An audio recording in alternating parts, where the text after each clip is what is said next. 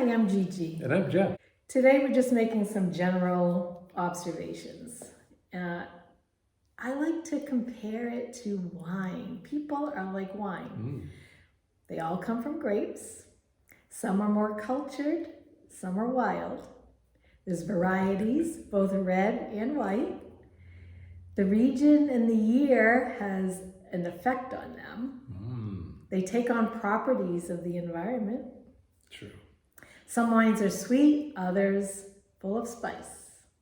Some are enjoyable and others are too dry. Some are fussy and expensive and others are dull and cheap. So we all have our preferences and rating systems. Some people love wine and others prefer not to touch the stuff. Yeah, it's pretty good. I never heard it put like that before. Well, I was just thinking, no matter where you live, people are people. Yeah. Sure. There are good things about wherever you live, and there are bad things about wherever you live. You can't get around it because nobody's perfect. There are some things that Italians do, secrets. Did you know Italians have secrets?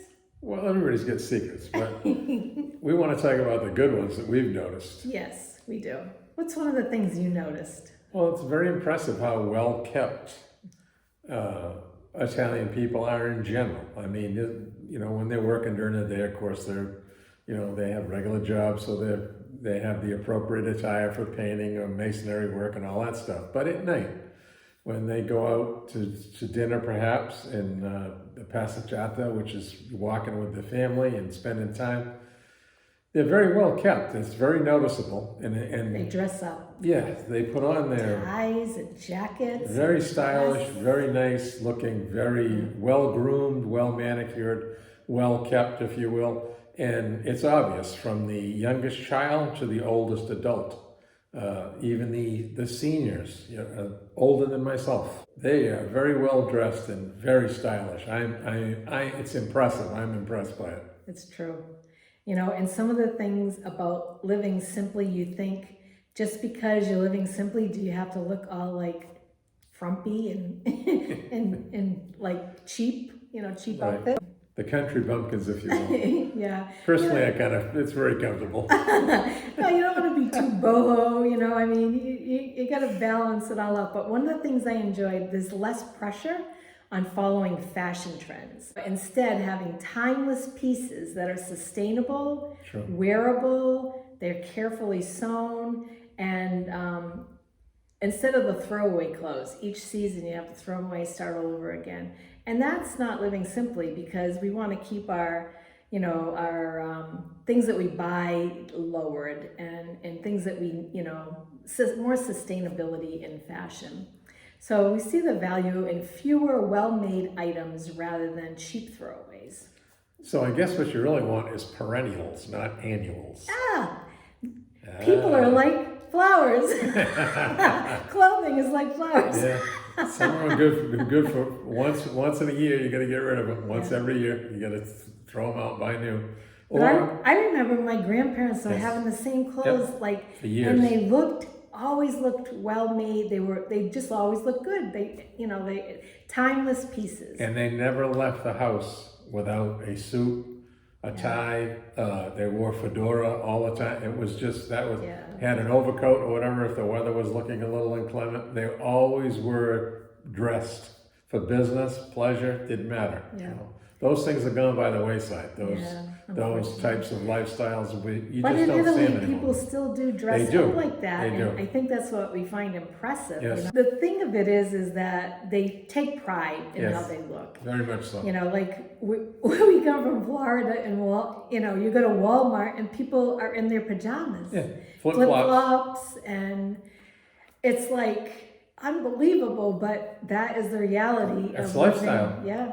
But here, it's so refreshing to see that, they take care of themselves in that way and they want to look presentable when they're in the public, I love that they embrace the feminine side, they have belts at their waists and, nice scarves around their necks and a beautiful handbag. And, it doesn't mean that they have to have one in every color, just a simple good bag that they can take with them wherever they go or when they go out on special occasions. It's also good to note the men. I noticed there's a lot of barber shops and probably more of the hairstyling shops, if you will. You see them quite frequently, and it's not uncommon to see the men with extremely manicured facial hair, and their haircuts are just modern, and there's not one hair out of place. It's amazing how nice of a job that some of these establishments do, and how nice a lot of the young men really look. They really do take in and embrace the modern styles, both in clothing and in grooming. As a matter of fact, in the red zone, did you know that hairdressing places are considered essential? Essential. Yeah. So they appreciate that they need to take care of themselves. And their hair always looks nice because it's noticeable. They have shine and healthy looking hair and skin. And really, if you think about it, the Mediterranean diet really does make a difference in our eating so much olive oil, fresh vegetables that are in season, clean foods. And also using olive oils and oils in your diet will help keep your skin soft and younger looking. And Italian women and men use olive oil in their products. Yes. So it shows. They have plenty of olive oil, so there's no shortage of it, and it's good quality at the same time. So why not use it where it counts? Right. And they really do. Yeah. So you mentioned, daily family walks, la passeggiata. Italians do take the time to get a little physical activity every day. It's part of their routine to have fresh air, a little bit of a walk, and it's a way also for them to show off what they have, or to say hello to their friends, and it's a real social thing as well as physical activity.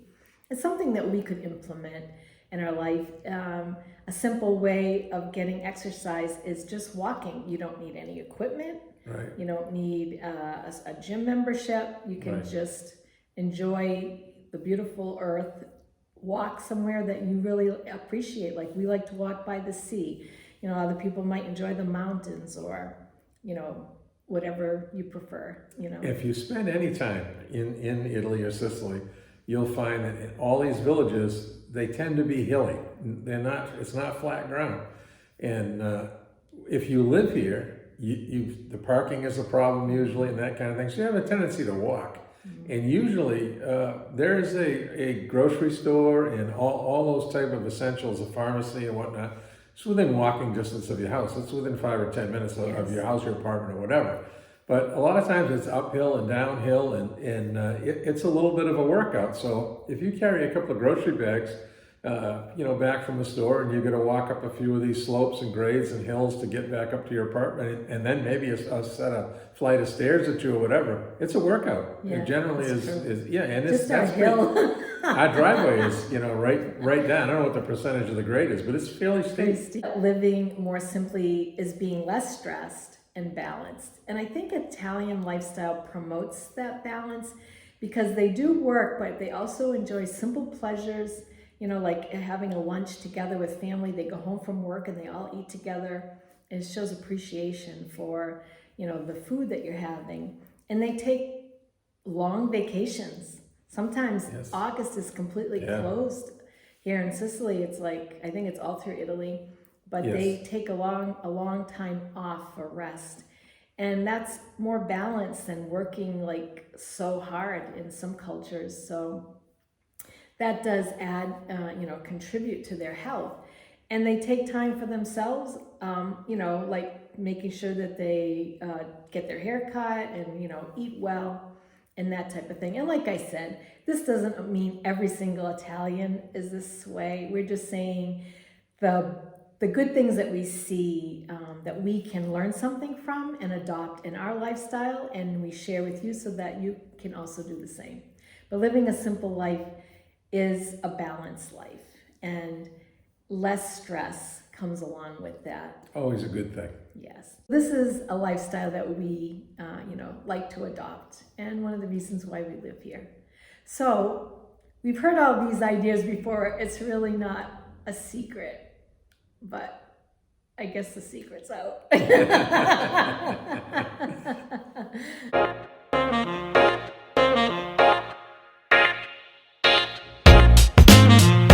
do you got there, Joe? Well, you were going to use 2 of these when you made dinner tonight, but after cutting up one and putting it in there, and as you can see by the size of it and the size of my hand, you can see how big this pepper is. Wow. And they're absolutely delicious. Yes. Sweet and juicy peppers. Beautiful. Hungry? Just a little bit. Jeffrey, what's one of your favorite meals? The one that you have cooking right behind you. What's it? Sausage, peppers, onions, and some of your homemade spicy hot sauce. Yes? You looking forward to it? Yeah. Hey, Let's take a look at it. So, we have homemade sausage. We have onions, peppers, garlic, some fresh parsley, fresh herbs, and I put a little butter and olive oil, and then the chili sauce. So that's our dinner tonight. The Italian word for dinner is cena. So we're ready to eat our dinner. Buon appetito. Ciao.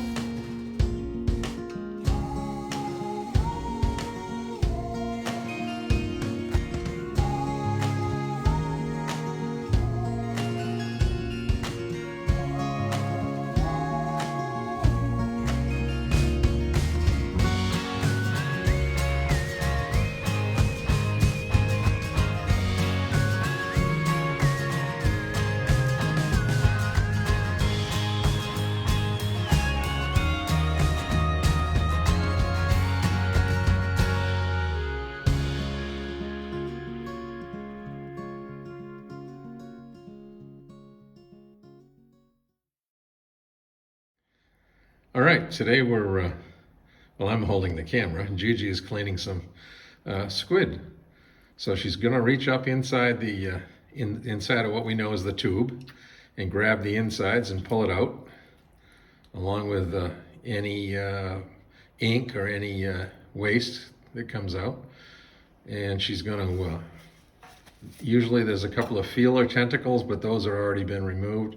She's gonna cut the tentacles off of the head and then turn that over and then get the beak which is of course the mouth. So that leaves the tentacle piece, which happens to be one of my favorite parts of a squid. And then inside the tube in the body, there's, on the top side, there's a quill that runs down the inside the body. And you can see it's a little pointy triangle part right there. And she's got it with her thumb and her forefinger. Well, it looks like she gets half of it. I don't know if all of it came out or not. But it's a long, thin, clear piece that much resembles, there you go. She got the second piece right there. And that's it. There's no other ink up in there or any other debris. So that's a clean piece. And now she'll cut it, in, which will make the rings. And that's what you find when you buy prepackaged, or the calamari that you get in the store, the fried calamari. That's how we get to that point. Nice job.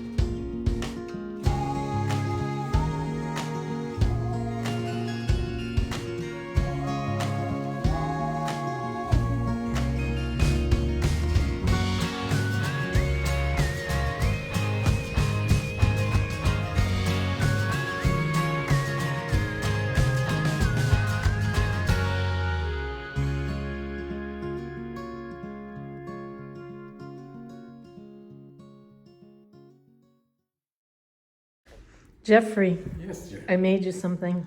Ooh, looks delicious. It's a little spicy. Oh yeah, but you know we like spice in this house. Yes, we do. So, Smells very, very nice. is it? Yeah, it's got a great color to it.